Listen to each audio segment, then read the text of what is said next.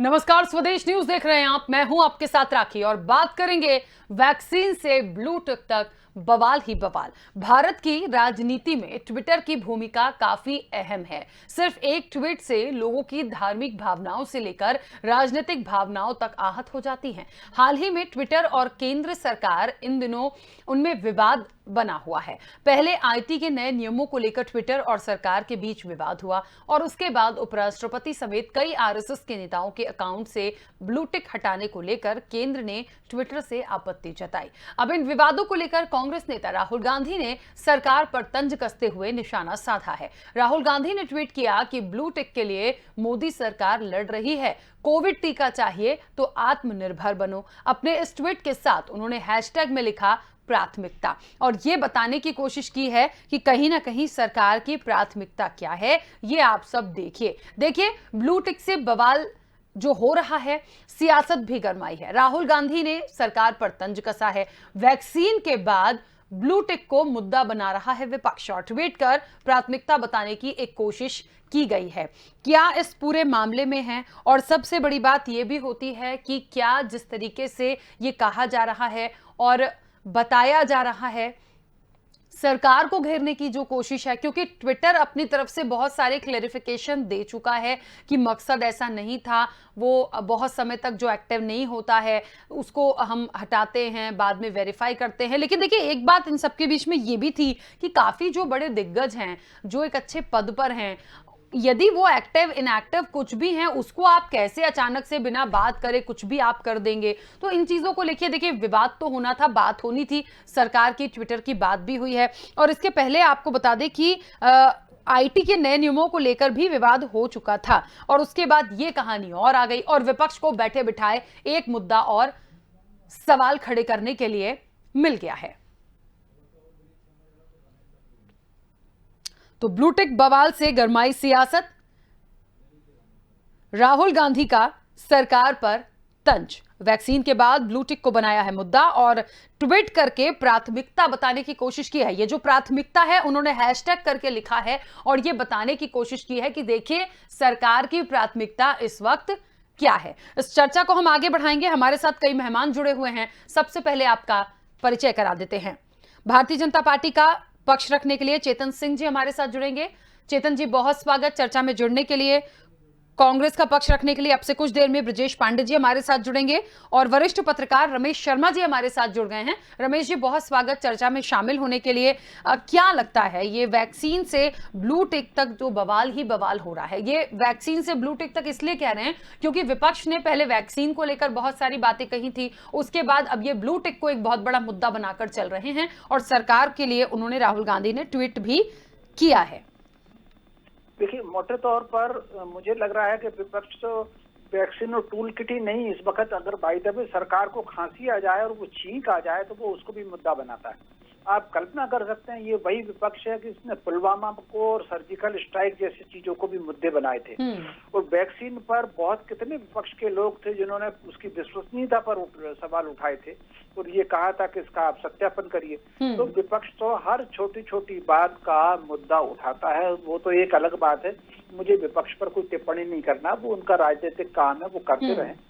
लेकिन मुझे सबसे ज्यादा ये जो जिस तरीके से टूल किट और ये जो सोशल मीडिया की विदेशी कंपनियां हैं, ये जिस तरीके से अपनी मनमानी करती थी और अभिव्यक्ति की स्वतंत्रता के नाम पर भारत के विरुद्ध झूठी खबरें प्रचारित करती थी। 3 खबरें अगर आप देखेंगे, न्यूयॉर्क टाइम में खबर आई, वाशिंगटन पोस्ट में खबर आई, तो ये जो खबरें आ रही हैं, आप कल्पना कर सकते हैं कि हरिद्वार कुंभ के वो फोटो झूठे थे, पुराने फोटो थे, जिनको फोटो को लेकर के उन्होंने जो हंगामा किया वो विपक्ष ने उसका भी सपोर्ट किया। तो जिस तरीके से सरकार अगर काम कर रही है तो सरकार के काम पर अटैक करना, ये जो टूल किट और सोशल मीडिया के तमाम वो लोग हैं, पूरी दुनिया ये चिल्ला रही है कि कोरोना का वायरस आया है चीन की वुहान लैब से। अमेरिका के पूर्व राष्ट्रपति ने तो कल इतना बड़ा बयान दिया कि इसको चीन को भरपाई करना चाहिए। उसके बावजूद ये सारे लोग चीन पर बात ना करके ये जो सोशल मीडिया पर चला था कि इंडियन वारंट की जो चला था ये सोशल मीडिया पर ही चला था, जिसको लेकर लोगों को करा कि कोई भारतीय तरीके से कोई ये आ गया है वायरस। तो कुल मिलाकर के इस पर तो निगरानी होनी चाहिए और उस पर कंट्रोल भी होना चाहिए। हम संक्रमण काल में ऐसी चीजों में अगर कोई अफवाह फैलाता है जान करके तो उस पर सख्ती होना चाहिए। और आईटी के जो नियम देश में जो देश के लोगों पर लागू होते हैं वो इन विदेशी कंपनियों पर भी लागू होते हैं। वो जमाना चला गया जब ईस्ट इंडिया कंपनी की हर बात पर छूट मिलती थी। भाई जो नियम देशी कंपनी पर लागू होंगे सख्ती के, वो इन पर लागू क्यों नहीं होंगे?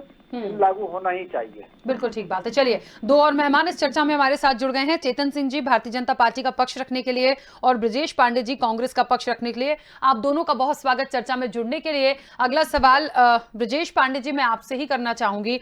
राहुल गांधी ने ट्वीट किया है और ये कहा है कि ब्लू टिक के लिए मोदी सरकार लड़ रही है और कहा है कि कोविड टीका चाहिए तो आत्मनिर्भर बनो। उन्होंने हैशटैग में प्राथमिकता भी लिया है। सरकार को क्या ऐसा लगता है कि प्राथमिकता बताने की जरूरत है इस पूरे मामले के बाद?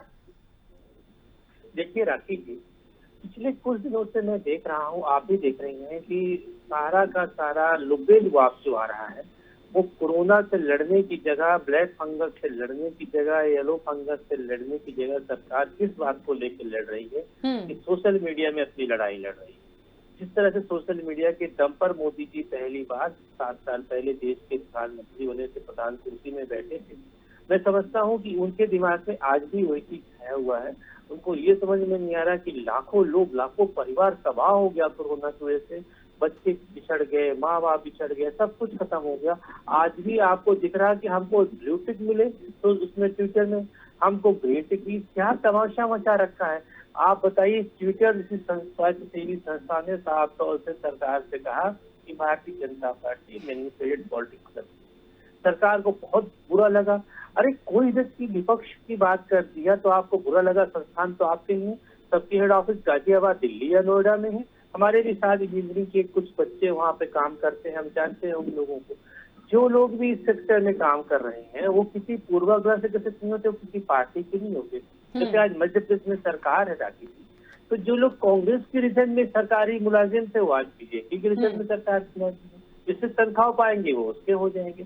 तो सरकार को जिस चीज को फोकस करना चाहिए, अभी सुप्रीम कोर्ट और सभी लोग बार बार सरकार को कह रहे हैं कि हमको तीसरी वेव के लिए सतर्क रहना होगा, इसका असर बच्चों पे जाएगा। इन सब चीज को छोड़ के आरएसएस के नेताओं को ब्लू टिक से क्यों हटा दिया गया, ये कोई तो बहस का मुद्दा इनका बनता नहीं। लेकिन कहते हैं ना कि एक इनके यहाँ एक सिस्टम पला पोस गया है, इनका आईटी सेल इनको जो स्क्रिप्ट दे देता है, भारतीय जनता पार्टी के तथाकथित प्रवक्ता और भारतीय जनता पार्टी के बड़े पदाधिकारी उसी बात को बोलते हैं। हम समझते हैं कि ट्विटर अपना काम कर रहा है। अगर ट्विटर कोई गलती करेगा तो उसके लिए बहुत सारे आईटी के नियम है और उसके तहत पे कार्रवाई हो सकती है। लेकिन अगर ट्विटर ने बिना उसके निष्पक्ष रूप से अगर ब्लू टिक हटा दिया है, जो उसके मापदंड है, नॉर्म्स है, तो इसमें इनको इतना बुरा मानने की जरूरत नहीं। तो वेरीफाई करता है ट्विटर, करने दीजिए, आप उसका काम वो करने दीजिए।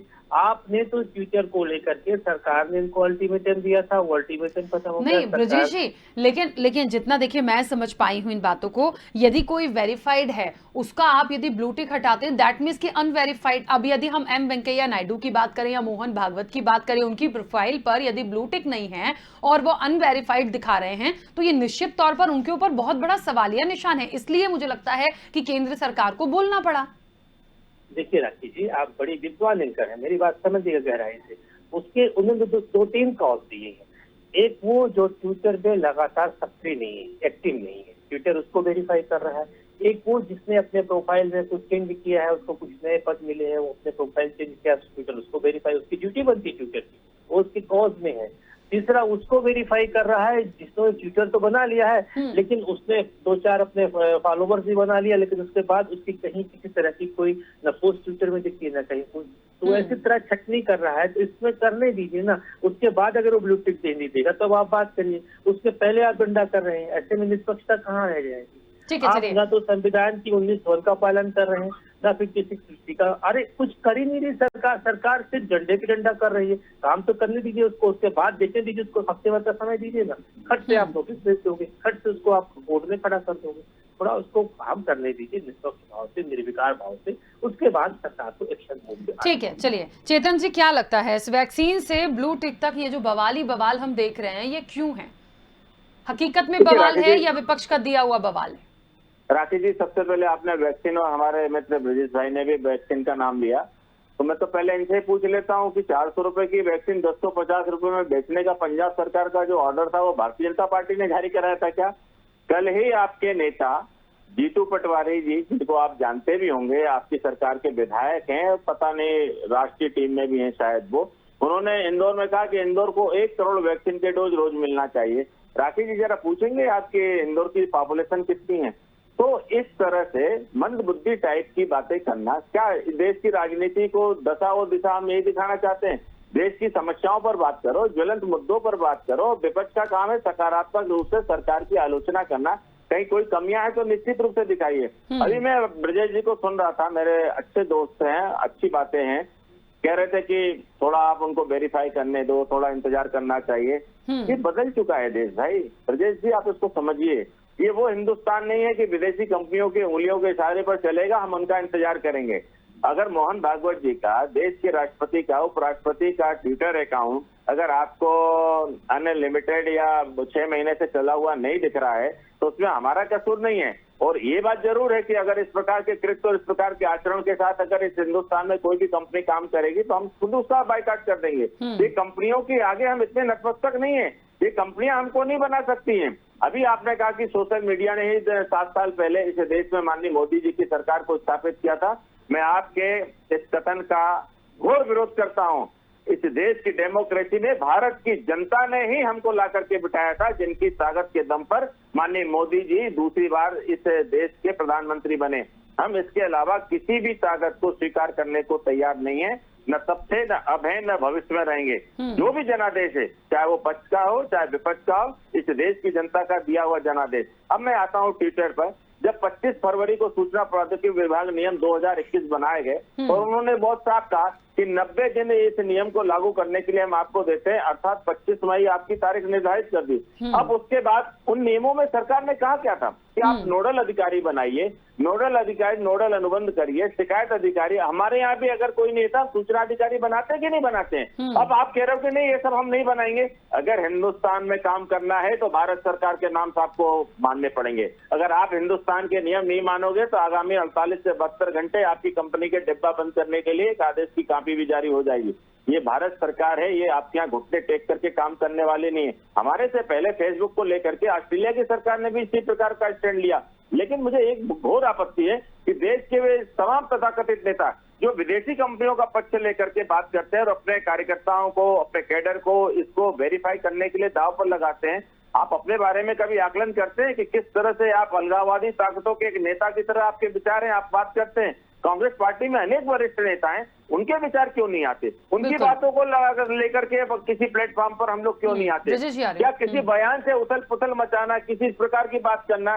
जब तक ट्विटर, जब तक फेसबुक नए नियमों का पालन नहीं करेगा, आईटी के अधिनियम की धारा 2079 में जो हमने इनको गवर्नमेंट ऑफ इंडिया ने छूट दी है, तत्काल प्रभाव से भारत सरकार इसको वापस लेगी और इसको लेकर के कोई पक्ष विपक्ष नहीं। अभिव्यक्ति की आजादी देश की कीमत चुका करके नहीं होती है। और जिस प्रकार से सरकार ने जिन तथ्यों को रखा है, मैं उस सारे तथ्यों को बताऊंगा, मैं शायद मेरे ब्रजेश जी भी उससे सहमत होंगे।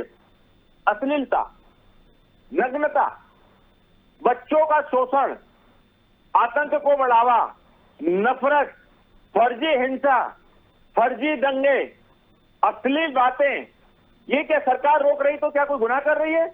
अगर ये गुनाह कर रही है तो राहुल गांधी जी को लिखित में देना चाहिए कि नहीं, कांग्रेस पार्टी इन बातों का समर्थन करती। लगातार वर्चुअल प्लेटफॉर्म पर नफरत फैलाना। कोविड 2020 में 47 लाख इस तरह के कंटेंट आए, 47 लाख। राखी जी, आप कल्पना करिए, 47 लाख सारे देश में आग लगाने के लिए बहुत है। वहीं 2019 में 17 लाख का आंकड़ा था।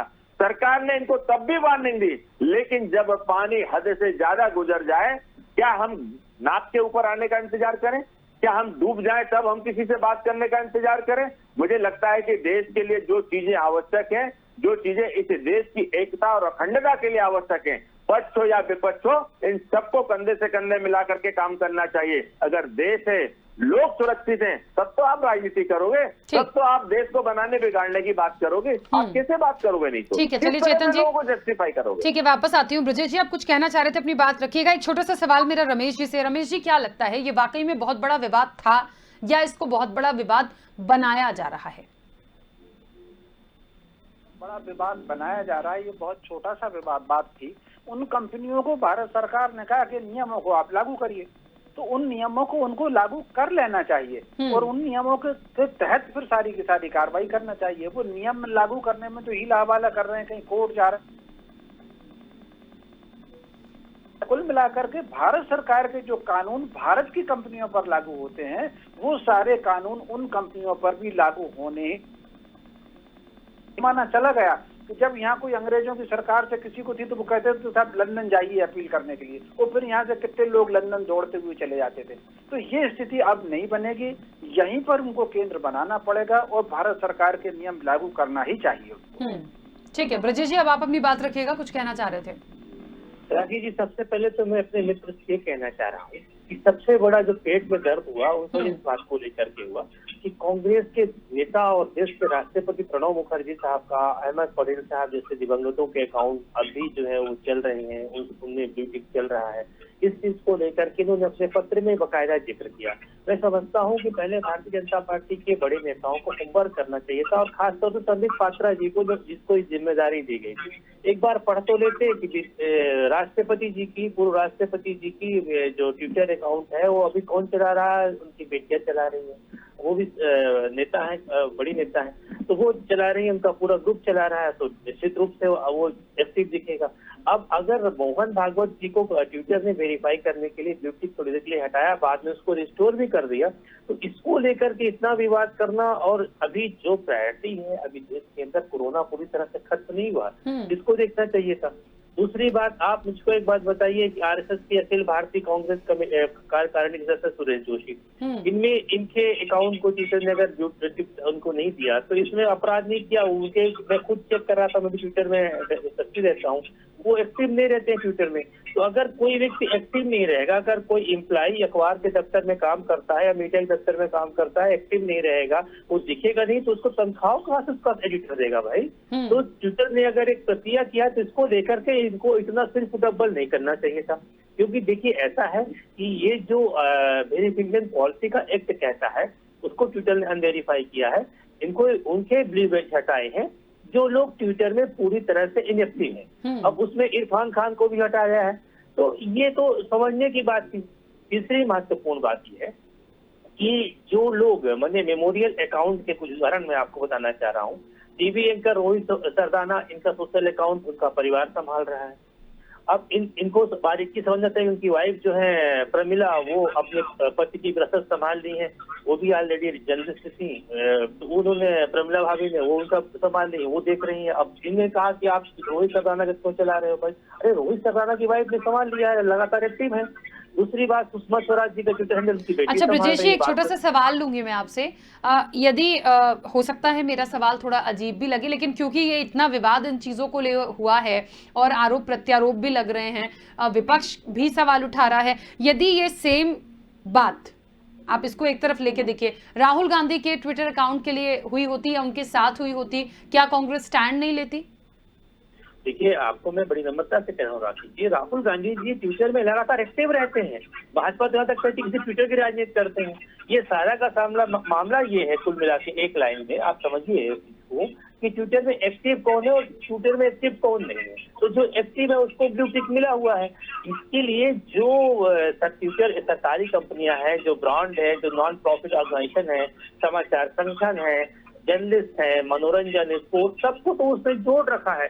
तो ब्लू टिक हटाने का नियम ही है इनका, जो है ब्लू टिक उसी का हटाया जाता है जो सक्रिय नहीं रहते हैं। वो चाहे ट्विटर की सरकारी कंपनी के लोग हों, चाहे कोई ब्रांडेड लोग हों, चाहे एक्टर्स हों, चाहे जो उनको भी हटाती रहती है। तो इसके लिए इतना बड़ा बवाल खड़ा करना कि उसको वेरीफाई अगर ट्विटर ने एक बार कर लिया है, अगर ट्विटर ने वेरीफाई किया है तो उसको रिस्टोर भी कर दिया, दोबारा ज्वाइन भी करा दिया, उसको ब्लू टिक दे दिया। इतनी सी बात के लिए आप इतना बड़ा बखेड़ा खड़ा कर दो, सारे मुद्दे को डाइवर्ट करके 360 डिग्री में घुमा करके आप इसी पे ट्विटर पे आके आ जाओ। अभी देश की प्राथमिकता ये नहीं, अभी बेरोजगारी बहुत बड़ी समस्या है। बेचारे मजदूर जो लगातार कोरोना में अपने घर शिफ्ट होकर कैसे दोबारा वापस जा रहे हैं, उनको रोजगार नहीं मिल रहा है। बहुत सी सरकारी एजेंसियां, प्राइवेट एजेंसी से जो लोग काम करें तो निकाल दिया गया है। सरकार को बहुत सी प्रायोरिटी तय करना पड़ेगा। अभी देश की हालत ये नहीं है, अभी सरकार को सारी चीजें उसी तरफ केंद्रित कर देना कि ट्विटर फेसबुक, ट्विटर, इंस्टाग्राम, ये क्या है? ये थोड़ी इस तरह देश की पॉलिसी तय होती है। ठीक है चेतन जी, मुझे ऐसा लगता है कि कहीं ना कहीं आरोप और बात इस बात की भी आ रही है कि जब उन्होंने वापस से रिस्टोर कर दिया, तमाम बातें हो गई हैं, फिर इतना बखेड़ा नहीं करना चाहिए। दूसरे अन्य मुद्दे हैं, वैक्सीन है, कोविड है, बहुत सारी चीजें हैं, वो प्राथमिकता बताने की कोशिश की गई है। देखिए मुद्दे तो विपक्ष को मिलेंगे और वो मिल ही गया है एक बार, लेकिन इस चीज को मैं थोड़ा सा एग्री करूंगी कि देखिए नियम में जो भी हो सोशल साइट्स के, लेकिन यदि कोई एक संवैधानिक पद पे है, यदि वेंकैया नायडू उपराष्ट्रपति हैं या मोहन भागवत एक संघ के कर्ता धर्ता वो वरिष्ठ हैं, तो मुझे लगता है ये ट्विटर की टीम को भी शायद पता होता होगा। हम मैं बहुत अंदर नहीं जाऊंगी टेक्निकली इन चीजों में, लेकिन मुझे लगता है ये चीजें ध्यान में रखनी चाहिए। एक्टिव हो इनएक्टिव हो, आप अपने नियम को चलाइए, लेकिन उन लोगों के लिए तो कम से कम मत चलवाइए जो इस देश में बहुत महत्वपूर्ण भूमिका निभा रहे हैं। देखिए राखी जी, आज हम मोहन भागवत जी के, आदरणीय वेंकैया जी की या हमारे संघ के और वरिष्ठ जो संघ के लोग हैं उनकी बात मैं नहीं करना चाहूंगा, क्योंकि ये नियम सरकार ने 25 फरवरी को बनाए। ये नियम, हम बात तो आज की कर रहे हैं ना, ये सारे नीले हो गए, पीले हो गए, हम तो आज की बात कर रहे हैं। लेकिन किसी भी कंपनी की इतनी हैसियत नहीं है कि भारत के उपराष्ट्रपति को डिलीट कर दे या राइट कर दे। अगर करना है तो आपको समुचित कारण बताने पड़ेंगे। लेकिन मेरे मित्र से तो पूछो जिन कारणों को सरकार ने अपने उसमें रखा है 25 फरवरी के उसमें, कि इन कारणों से हमने कहा है कि आप नोडल अधिकारी रखिए। अब बताइए, अमेरिका जाएगा क्या हमारा आदमी उसकी शिकायत करने के लिए? क्या कनाडा जाएगा, लंदन जाएगा? सरकार ने यही तो कहा है कि आप ये बताइए कि आपके इस पे जो अलगाववाद है, भारत में उथल पुथल मचाना है, जो बच्चों का शोषण है, जो अश्लीलता है, जो गंदगी है, बाकी तो कई चीजें हैं जिनको मैं वर्णन करना भी नहीं चाहता। ब्रजेश जी, ये सारे अखबार हैं, ये सारे अखबार जिन चीजों ने सब बड़े बड़े अखबारों ने, दिल्ली के अखबारों ने लिखा है, इन चीजों को लेकर के किस तरह की बात करते हैं आप? ये सब चीजें जो देश में नफरत, और जो हिंसा फैलाना चाहते हैं, जो देश में आग लगाना चाहते हैं, क्या आप उनका समर्थन करेंगे? आप उन पर भी तो शब्द बोल लेते हैं। हमको इस बात से लेकर के कोई आपत्ति नहीं है, लेकिन ट्विटर हो, देखिए ब्रजेश जी, आपने बोला मैंने आपको इंटरप्ट नहीं किया, नहीं, ये बहुत गलत बात है। अगर आपको लगता है आप मेरे बीच में बोलने से अगर आपको सुकून मिलता है तो आप अपनी डिबेट करिएगा, मैं आपके साथ कभी नहीं बैठूंगा। अगर आपको लगता है इस प्रकार का तो आप करिए, नहीं आप करिए, मुझे कोई आपत्ति नहीं है। मैं जब आपकी बात को पूरे धैर्य के साथ सुन रहा हूँ, अगर मैं आपकी बात का जवाब भी नहीं दूं, मेरे एंकर जो मुझसे पूछे अगर मैं उसका जवाब नहीं दूं तो मेरा बेटा बेकार है। ठीक है, चलिए प्लीज एक एक करके अपनी बात रखिए। मैं राखी जी बड़ी विनम्रता से कह रहा हूं कि जिन तथ्यों को लेकर के मैंने कांग्रेस के प्रवक्ता के सामने भी ये सारे विषय रखे हैं कि भारत सरकार ने किन कारणों से इस चीजों पर आपत्ति ली, किस कारणों से नए नियम बनाए हैं। आज भारत की सरकार को ट्विटर, फेसबुक चैलेंज करेंगे और हिंदुस्तान में कारोबार कर पाएंगे क्या? क्या गवर्नमेंट ऑफ इंडिया किसी व्यक्ति विशेष की है या देश के सम्मान से जुड़ा हुआ मामला है? आप मुझे बताइए, ये देश के लोगों से जुड़ा हुआ, देश के 135 करोड़ लोगों का स्वाभिमान और सम्मान इस पर जुड़ा है। आप व्यक्ति विशेष, पार्टी विशेष से जोड़ करके इसको मत देखिएगा। भारत के राष्ट्रपति को आप ब्लू से बाहर कर देंगे और 2 घंटे के बाद आप कर देंगे, मजाक बना करके रखा है आपने। मैं अगर किसी संवैधानिक पद पर होता तो ऐसी कंपनी को 2 मिनट में बंद करके बता देता ये हिंदुस्तान की ताकत क्या होती है और हिंदुस्तान की ताकत क्या है। माननीय प्रधानमंत्री जी ने तो फिर भी इनको समय दिया है। अगर पार्टी के कार्यकर्ता के नाते अगर मेरे और मेरे संगठन से पूछेंगे तो इसका उत्तर कुछ और होगा, लेकिन माननीय प्रधानमंत्री जी ने, माननीय हमारे आईटी के मंत्री रविशंकर प्रसाद जी ने बहुत विनम्रता के साथ इनको समय दिया है, इनको बहुत विनम्रता के साथ नोटिस दिया है। लेकिन इस विनम्रता को हमारी कायरता अगर कोई समझने की कोशिश करेगा, मेरे देश के राष्ट्रपति का अपमान करने की, मेरे देश के उपराष्ट्रपति का अपमान करने की, मेरे संघ प्रमुख आदरणीय सम्मानीय मोहन भागवत जी का अपमान करने की कोई कोशिश करेगा तो इस हिंदुस्तान में वो कंपनी काम नहीं कर पाएगी। ये कान खोल करके सुन। ठीक है, चलिए ब्रजेश जी अपनी बात रखिएगा जल्दी से।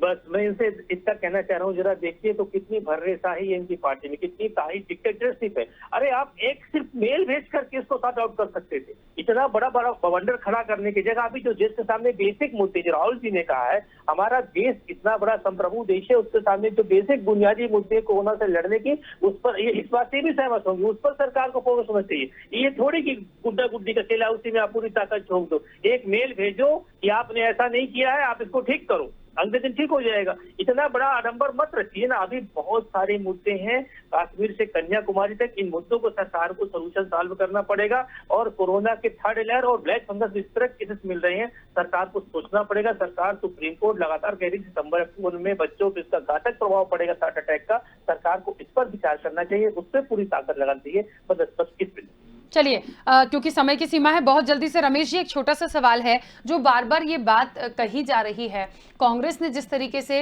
ये एक मैसेज देने की कोशिश की है कि हमारे पास बहुत सारे मुद्दे हैं, कोविड है और भी चीजें हैं, उस पर सरकार प्राथमिकता दे, उस पर सोचे, क्या ऐसा लग रहा है आपको कि सरकार उन चीजों के लिए नहीं सोच रही है और ये वक्त सरकार को ये बताने का है कि क्या होना है? क्योंकि जो जैसी जैसी चीजें आती हैं सरकार उस पर रिएक्शन देती है। देखिए, मोटे तौर पर इन जितनी चुनौतियां हैं सरकार उस मामले में काम कर रही है, और इस मुद्दे को भी सरकार ने उन्होंने किया, सरकार ने नोटिस भेजा। इस मुद्दे को जो विपक्ष ने हाईलाइट किया है, विपक्ष ने इशू जबरन का बनाया, भाई सरकार ने एक चिट्ठी भेज दी थी, उस पर वो जो जवाब दे देते। तो बाकी अगर विपक्ष इसकी कान पकड़ करके नहीं खींचता तो ये मुद्दा कभी हाईलाइट नहीं होता और चिट्ठी और वो लोग निपटते थे, बात खत्म हो जाती। तो कुल मिलाकर के सरकार को काम करना देना चाहिए, विदेशियों पर एक्शन तो सरकार को लेना ही चाहिए और मैं उसका समर्थन करता हूँ। बिल्कुल। चलिए, समय की सीमा है, आप सभी मेहमानों का बहुत शुक्रिया इस चर्चा में जुड़ने के लिए। तो देखिए, एक बात तो है कि जो बवाल चला वैक्सीन से ब्लू टिक तक, बवाली बवाल, पहले वैक्सीन की बात आई थी, वैक्सीन को लेकर बहुत बातें करी, विपक्ष ने बहुत सवाल उठाए, पहले आप लगवा लीजिए, ये तो भारतीय जनता पार्टी की वैक्सीन है, ऐसी प्रतिक्रियाएं हमने सुनी थी। उसके बाद अब ये ब्लू टिक को लेकर बवाल मचता ही चला जा रहा है। देखिए, एक बात वरिष्ठ पत्रकार ने कही है, ये बहुत बड़ा मैटर नहीं है, लेकिन यदि गंभीरता से सोचा जाए तो कैसे आप इनएक्टिव कर सकते हैं संवैधानिक पदों पर जो लोग हैं, जो देश के लिए काम कर रहे हैं, जो पार्टी से जुड़े हुए दिग्गज हैं, कैसे आप इनएक्टिव करते हैं, ये तो नियम में उनको भी पता होना चाहिए। बहरहाल ये ट्विटर और सरकार के बीच की बात हो गई, ये करेंगे, लेकिन कांग्रेस को इस बीच में कूदने की क्या जरूरत आ पड़ी है? क्यों एक बैठे बिठाए, भले आपको एक मुद्दा मिल रहा है पर वो इतना बड़ा मुद्दा नहीं था, सॉर्ट आउट हो सकता है, तो आप इस सरकार को प्राथमिकता दिखाना शुरू कर दिया। और ये बात इस पूरी चर्चा से निकली है कि विपक्ष इसे बहुत हाईलाइट कर रहा है, इस मुद्दे में बहुत ज्यादा कुछ ऐसा है नहीं। क्या होगा आगे, ये भी देखना दिलचस्प होगा। इस चर्चा में इतना ही, दीजिए इजाजत, नमस्कार।